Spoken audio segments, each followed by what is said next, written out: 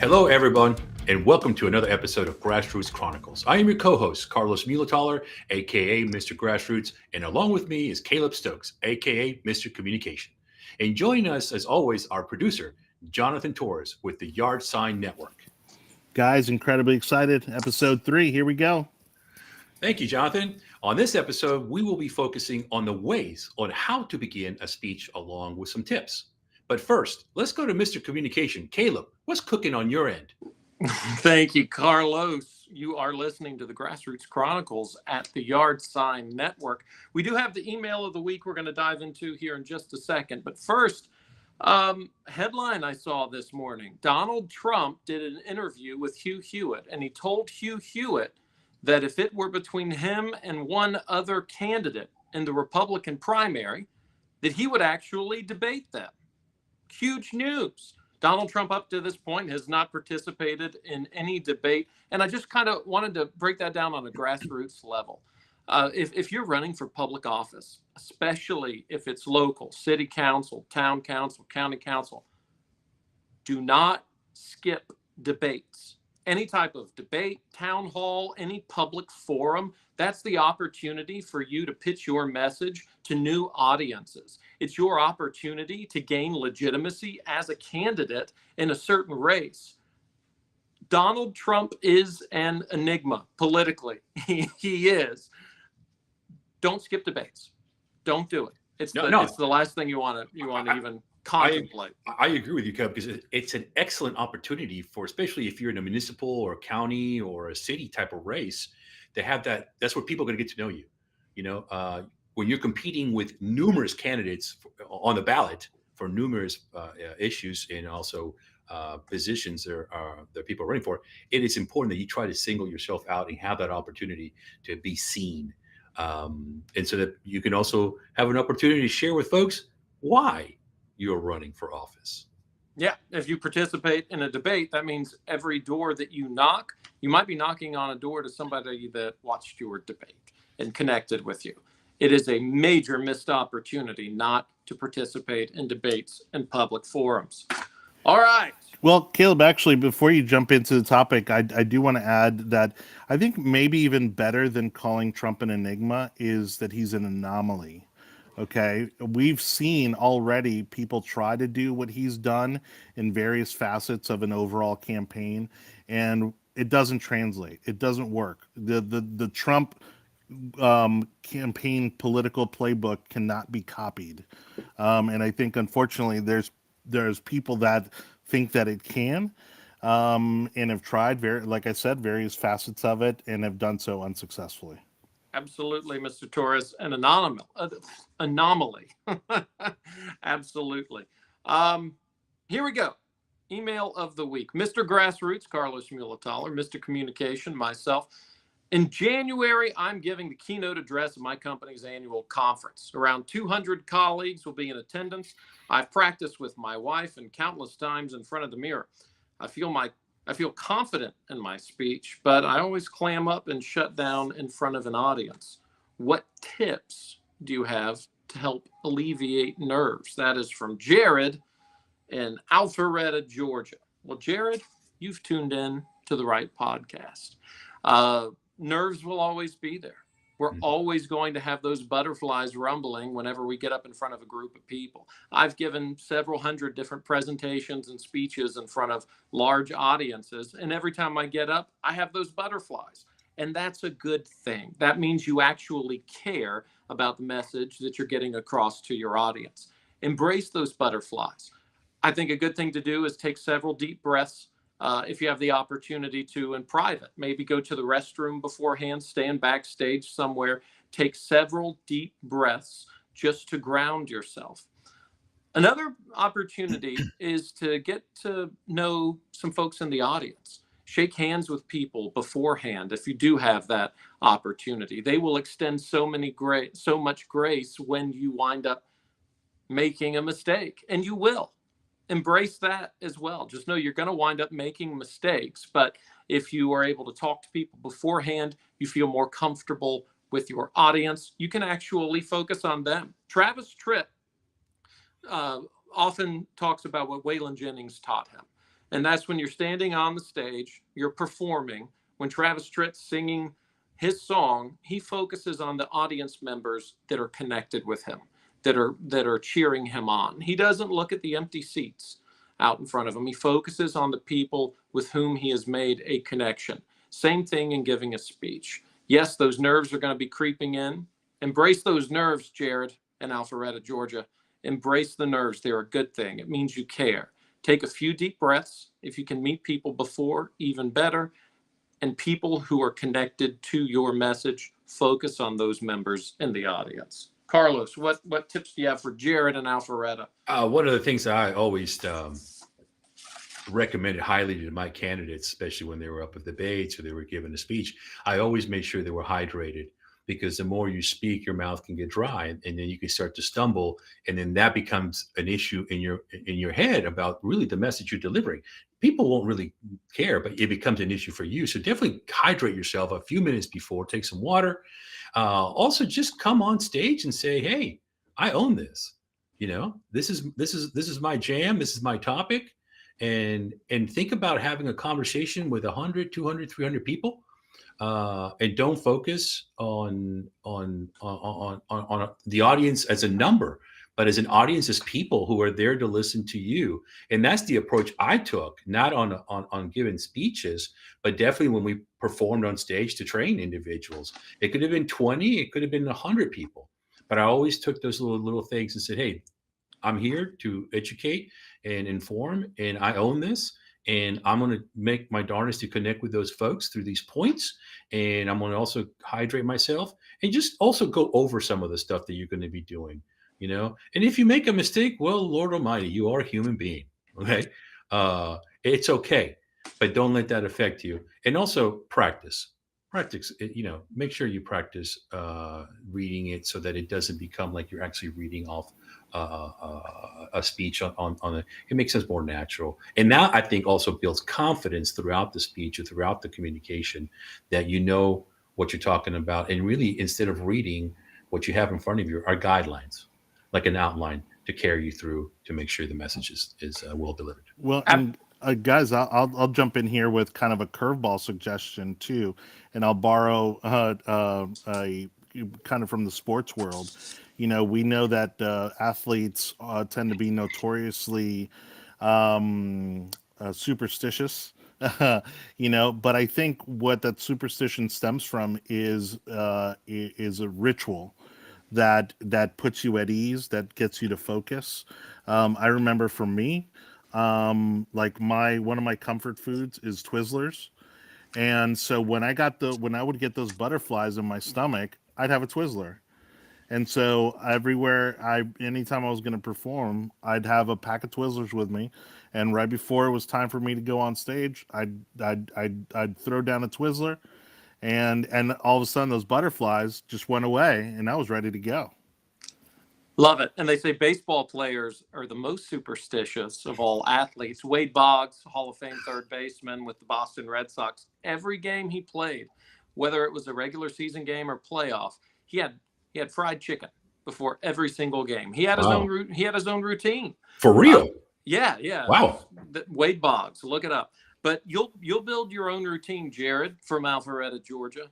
And that routine, like Jonathan said, is going to provide a certain amount of confidence that I've been here, I've done this, I'm going to do it again. But Carlos was talking about practice and how rehearsal is really important before any speech, and it's true.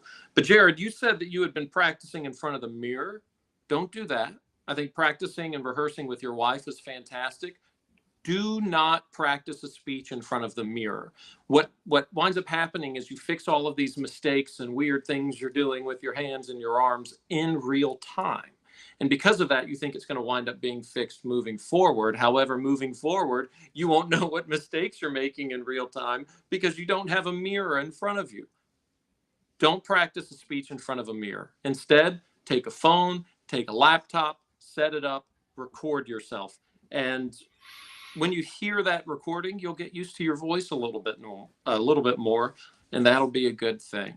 So Jared and Alpharetta, keep practicing, keep demonstrating your confidence. There is a reason that your company selected you to give the keynote, and that reason should build a foundation of confidence during your speech. So, as Carlos mentioned, Mr. Grassroots, today we're going to talk about how to begin a speech, because in the first 7 seconds, everyone knows the first 7 seconds of you standing on a stage, that is the impression that the audience gets. So whenever you walk on that stage, be ready to start a speech off the right way in the first 7 seconds. And Connor Neal is an Irish speaking coach. And Connor Neal has 3 fantastic ways to begin a speech and 3 ways that you want to avoid at all costs. And according to Connor Neal, the first mistake people make at the beginning of their speech is the irrelevant question list. Can you hear me okay? Can everybody see me? Is the microphone working? Just let me know. That demonstrates that you're nervous. Yes, you might be nervous, but this is kind of getting to that death by 1,000 cuts. At least that's what's beginning your speech. Avoid that at all times. Even if we are insecure standing up in front of a group of people, we don't want to demonstrate it. And that's one of the easiest things to do when you get in front of a group. Another mistake that folks make, walking up and saying, "Hi, everybody, my name's Caleb Stokes. I'm from XYZ, and I'm here to speak about XYZ." Chances are you've already been introduced or people already know you. Now, there are times where if you're going to get up in front of a political breakfast on Saturday morning, there are like 15 people who all have 2 minutes each to speak and make their pitch to the crowd. Under those circumstances, sure, it might be okay to introduce yourself and your topic from the get-go. However, that's not going to be the regular introduction that you have. And finally, the biggest mistake, I think, in beginning a speech is what I call the 4th grade PE teacher. You get out in front, you say, "Are you ready, everybody?" I said, "Are you ready, everybody?" Yeah, we're ready. It's why we're here. We've had our coffee and energy drinks. We're adults. And yes, we are ready. Look, it's always good to gauge interest, or not gauge interest, but to gauge the room and figure out where my strengths in the room, where are those people with whom I'm connecting. How do I make myself feel comfortable here with this lectern in front of me, whatever it might be. But don't treat adults like they're kids and getting ready for 4th day PE. Mr. Grassroots, Carlos, Sir. What's your thoughts on that 4th grade PE teacher kickoff to a speech? No, listen, absolutely. The other thing too that you said, which is to me, in today's world, especially with technology, they'll plaster your face, your name, they'll your resume, you'll be introduced. So yeah, I think it's important not to do that. Don't waste time, right? I think the best speakers are people who get up on stage, bypass all that already. Now they probably have gone through that too. I mean, we all do. I think I used to do that nervous thing. Hey, check, 1, 2, 3. Can everybody hear me? Because you're starting to ease yourself in. Also, when I get introduced now, I say thank you very much, and I dive right in, into the thing. I'm not a cheerleader. That kind of turns me off personally when I see somebody coming out. It's like, it's like, okay, like get to the point. And I try to connect with the audience. Obviously, you have to know your audience first, right? Who you're talking to, and try to make that connection right off the bat. Right within the first 10 seconds, make something, tell them something that connects you with them, whether you're related to the topic or the people in the audience, or somebody, or maybe a brief little story. And when I'm not sure, I'll say, "Hey, we're gathered here from all over the country, right, or all over the state." And I try to find out some of the cities that people are from. So I'll say, "Hey, we're gathered here today in Florida from Boca Raton, Delray Beach, Tallahassee, Jacksonville, Miami, Tampa, Orlando," because there's an audience out there that came from that. So those people right away are going to identify with you. You may not know it, but they're going to identify. So when I do my short presentations, I always try to make some sort of connection of the audience with me, vice versa, even if it's calling out a city or two, right, or maybe a little history of where I'm at. and connect that with them and then relate it, but make it relatable, obviously, to the topic. Don't just tell a story that has nothing to do with it. But I think that's important because you grab people's attention in a different manner. It's not a shock. It's a subtle, like, okay, I'm from Tampa. I'm from Delray Beach. I'm from Orlando, right? Woohoo, whatever the case may be. But that connects. But definitely the cheerleader method for me, and it's not for me. That's just not me. And people are welcome to try that. But I agree with you. I think you turn people off for the most part, unless you're in a particular setting that is, it's okay to do that. But no, everything you said is right on target, man. Definitely do not do any of those things. Be I mean, conscious of it. yeah, if you're from Las Vegas, you're giving a speech in Las Vegas. At some point in your presentation, you're going to mention, oh, hey, yeah, I live down in Henderson. I'm 15 minutes away from now. That's a big cue that sinks in with the audience. But it doesn't mean that you have to be The Rock at WrestleMania and scream, finally, The Rock has come back to Las Vegas. Let's leave that to the WWE respectfully.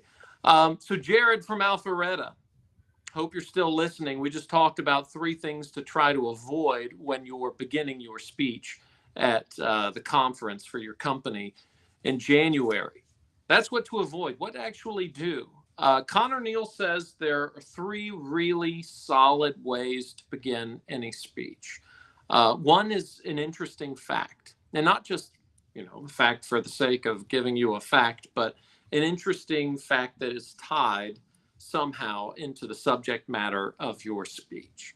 Same thing with number 2. It's a provocative question, an open-ended question to the audience, again, that somehow relays to the subject matter, or relates, I should say, to the subject matter of the speech. But the best way to begin any speech, any presentation, any training that you're delivering is with a story. Once upon a time, we as human beings, stories are innate in us. It's in our DNA. It's how we pass down history for thousands and thousands of years. It's what put us to bed when we were children. It's what keeps us engaged in podcasts or movies, different narratives throughout our entire lives. Stories are the bedrock of your speech. And beginning with a story, specifically a story that can encapsulate your why you're giving the speech, why you work for your company, Jared and Alpharetta, and why you do what you do every day. What is your personal why? Telling and sharing a story is what's going to be most successful in your speech. Carlos, you were talking about how the whole cheerleader thing is not something that resonates with you. You don't do that too terribly much when you're beginning a speech. I It's know, just not. though, It's that just not. you share stories, though. I've Yeah. heard you. And I want to go back to a couple of things you said on the things to do. It's important that you also use facts and relatable to the subject and to the audience. And as an example, if you're talking about education to a group of parents or teachers or educators in a certain area, try to do a little research beforehand and find out what is the graduating rate of that county, or maybe if you're talking to a specific school, or the ratio. Lead with some sort of information that people may not have known, and it's a fact. So make sure your facts are correct, up to date, and be sure to cite those facts too, so people don't believe that you're just picking out of thin air. As well as knowing the audience and telling that story, and because, as you said, we as human beings on this earth have been telling stories for thousands of years, to the point where people actually put them in rocks. They made stories in rocks and so on and so forth. Eventually we have a language. But as you do those stories, it's important that it relates to what is going on. It's not just a personal story, but what's going on in that particular audience in that time, that particular time period that you're talking to, and do that.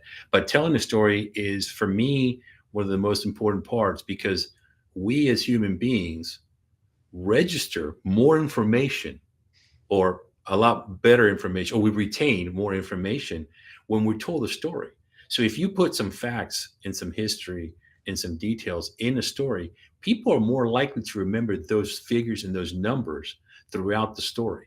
It happens to me all the time when people tell me a story and they go, "Hey, the percentage of this was 32%." And because they're telling me a story, those figures stick in my head. So I would definitely recommend that if there's some factual numbers or something you want people to remember, put it into some sort of a story that they can relate to, because we tend to remember more through a story than just putting up facts and numbers and slides with charts and graphs. Yeah. So many people think that if they share a certain percentage and certain numbers, that not only do they sound intelligent, but folks will remember. People do not care what you do. They care why you do it. That goes back to Simon Sinek's golden circle. We talked a little bit about that last week, but a story shares a why. And that why is the biggest cue. The facts, the figures, the percentages, they justify the argument. They are not the argument. People don't care what you do, they care why you do it.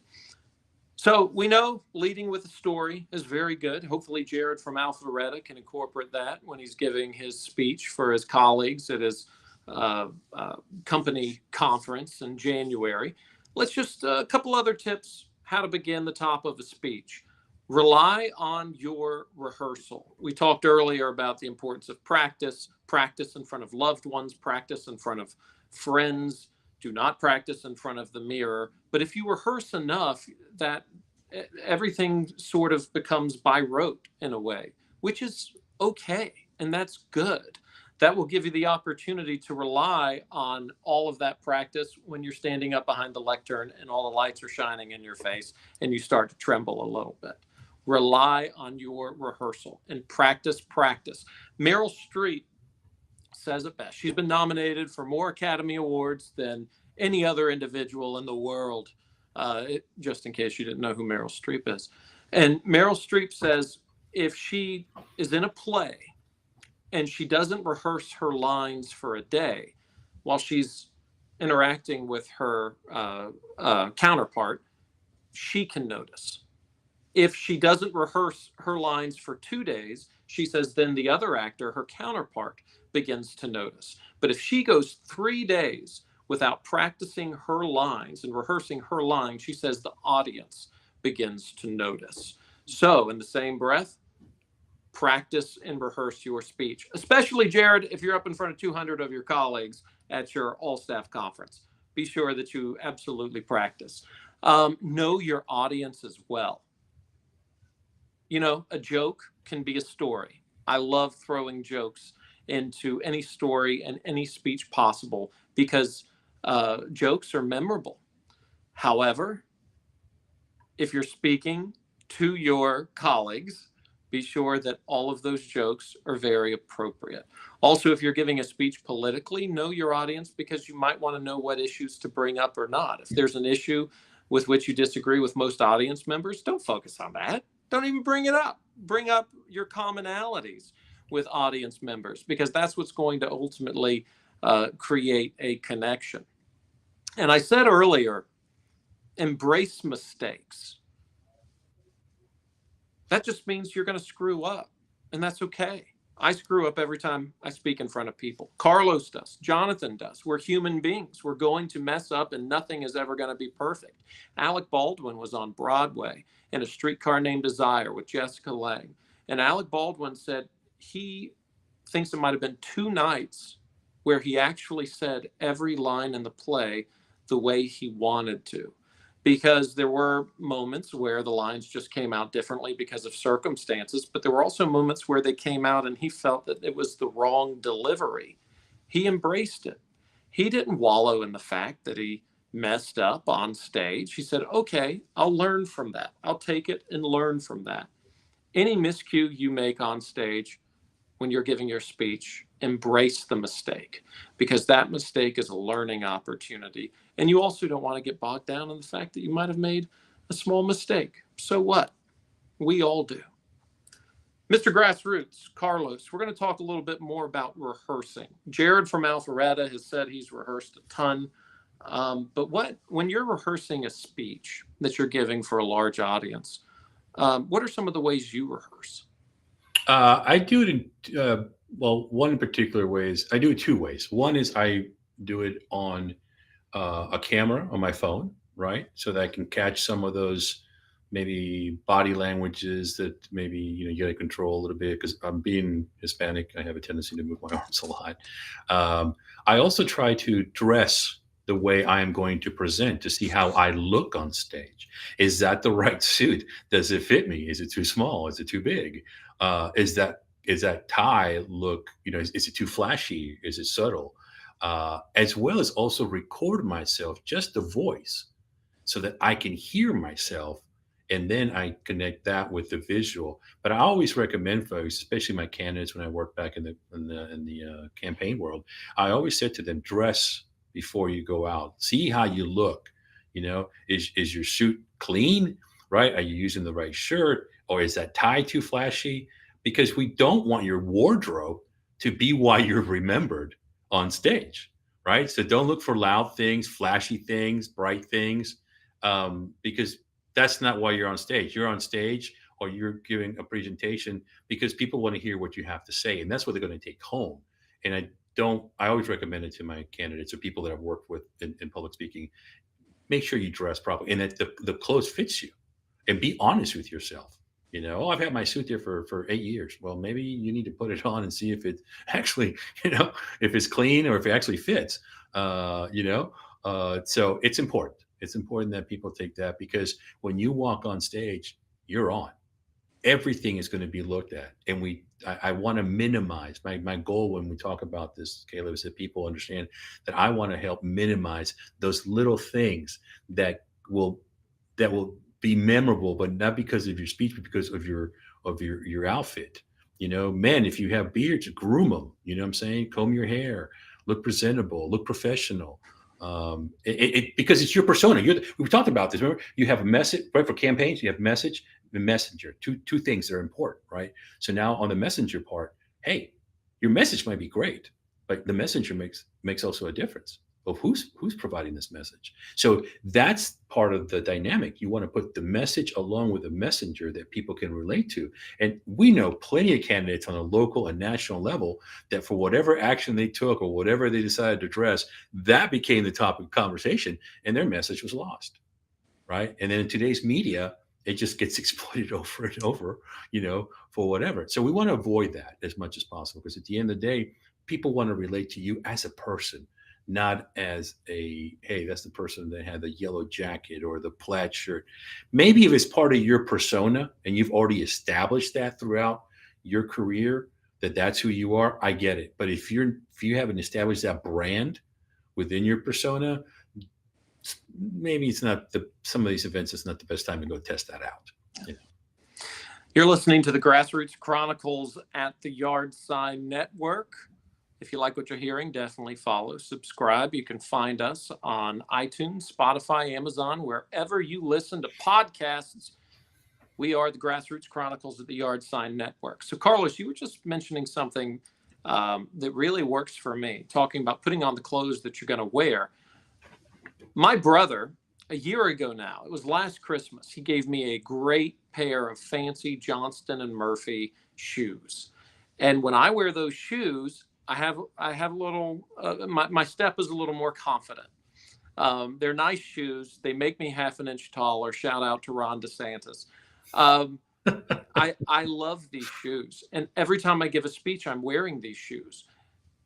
So I need to have them on when I'm actually practicing and rehearsing. And in addition to that, I need to make sure I practice and rehearse in as many different places as possible. I might do it in a bedroom. I might do it in my living room. I might go to my church and try it there. And reason being is because there are a lot of times where you have to give a speech in a venue that you don't know, that you've never seen before until 10 minutes before you get up on stage and speak. Now, if you have the opportunity to do a dry run, meaning getting there early, almost having a dress rehearsal, do it 100%. Understand the microphone, understand the feedback you're going to hear, get to know the room a little bit more. That is always a huge opportunity for you to hit it out of the park. But there are a lot of times where you won't have the opportunity for a dry run. And if you rehearse in many different places rather than just stagnant in the same office space every single time, you're going to be able to adjust to many different rooms, because sometimes you might have a mic, sometimes you might not. Sometimes you might have a lectern, sometimes you might not. Sometimes you might be roaming around the stage, and sometimes you might be confined to a small little space. If you rehearse in different spaces and different locations, it's going to make your speech much more flexible. I got to add something to you. You said about the shoes, and for me, if it's a formal presentation, my jacket has to feel comfortable. Because if I feel anything that's too tight or it makes me kind of robotic looking or stiff, it starts to play with my psyche as I'm on, trying to have a cover. So I have to feel relaxed up on this part. And it's funny you say that because I'm sure people are going to find out, hey, I got to have my particular belt or the particular slacks, right? Or shirt. For me, it's really a jacket. If I need to feel very comfortable in my jacket so that I can deliver the best I can.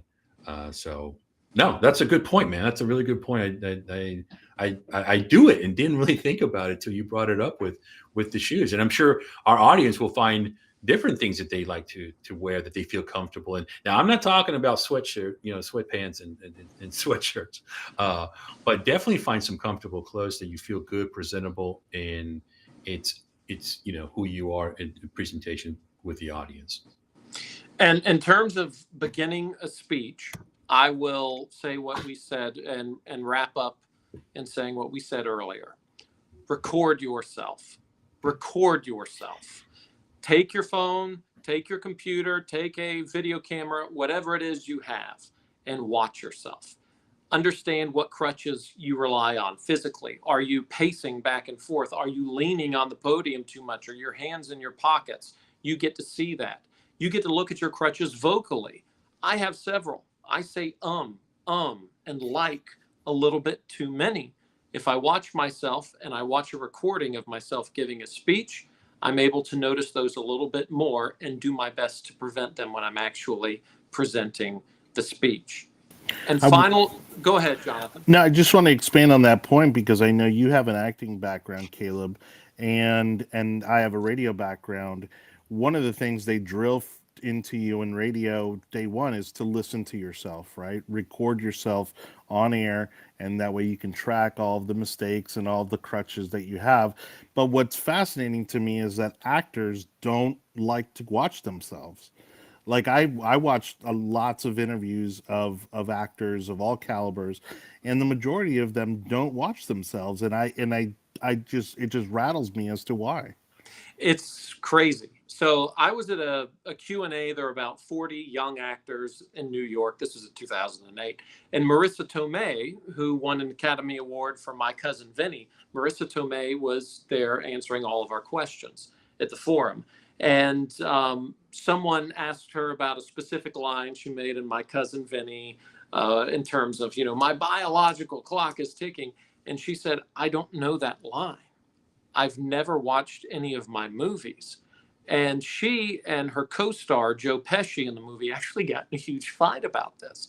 Pesci basically told her, look, you're never going to get better. You're never going to improve unless you watch it. He's like, you absolutely must watch yourself if you want to become a better actor. And Joe Pesci, as we know, is also an Academy Award-winning actor. He's been in a ton of great Martin Scorsese movies, as well as Home Alone, Happy Holidays.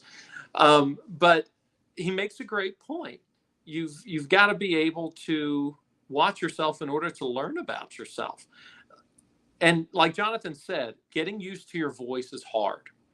And watching yourself give a speech is difficult because you have to, yes, both watch what you're doing with your hands and how awkward we might look, but you also have to hear your voice. Embrace your voice. It's so much easier said than done. But the more you watch yourself, the more you listen to yourself, the more comfortable you become in who you are as a presenter. Before we wrap here today, Carlos, Mr. Grassroots, any last thoughts for Jared and Alpharetta on beginning a speech? Yeah. Also, if you can, if you know where you're going to, the location, and you have an idea where it's going to be, ask what type of microphones are they going to have. Is it going to be on the actual podium? Is it going to be one of those ones you put on your around your ear, and it's comes across your mouth, or is it going to be a handheld? I prefer the free, the ones that come around or the podium. I don't like the handheld because I feel like I'm like tied to this thing. And sometimes if you don't measure the distance, you could hear the voice out in the audience or in the area like too loud, not loud enough. So make sure you practice that a little bit, or find out at least, and find that rhythm or that distance of where your voice, and try not to deviate from it. When you have the little ones, those are great because you're free. You can walk and it's measured. But when you have it in your hand, you have it's just a human tendency to not really, fluctuate unless you're a professional presenter or a professional singer, and you get on stage, you just twirl the mic like somebody from the Who, and measure that distance. So be careful, try it, and but more than anything, I can't say any more than really those are the fundamentals of practice. Be honest with yourself, and don't practice in front of the mirror. Know your audience, topics, any facts that you can put into the story to have people remember, because we want them to remember what, to impact them. And if they can walk away with some sort of figure that you stated within your story or within what you're saying, then I think you've made an attempt. And always, if you can, leave a call to action. Give people a place to go, whether it's a website or something, or you can say, "Hey, I'll be, on the other side of the auditorium, taking questions if you want, or if you want more information." Always give people that opportunity to come, and you'll be surprised. People do come and want to talk to you, and pick your brain. So, no, And I think it's great. And to piggyback off of what you said, I also really dislike using handheld mics. However, half the time, that's what we're given. Go to Walmart, buy a $30 karaoke machine if you can. That will help you practice in terms of knowing how close do I need to be to the microphone.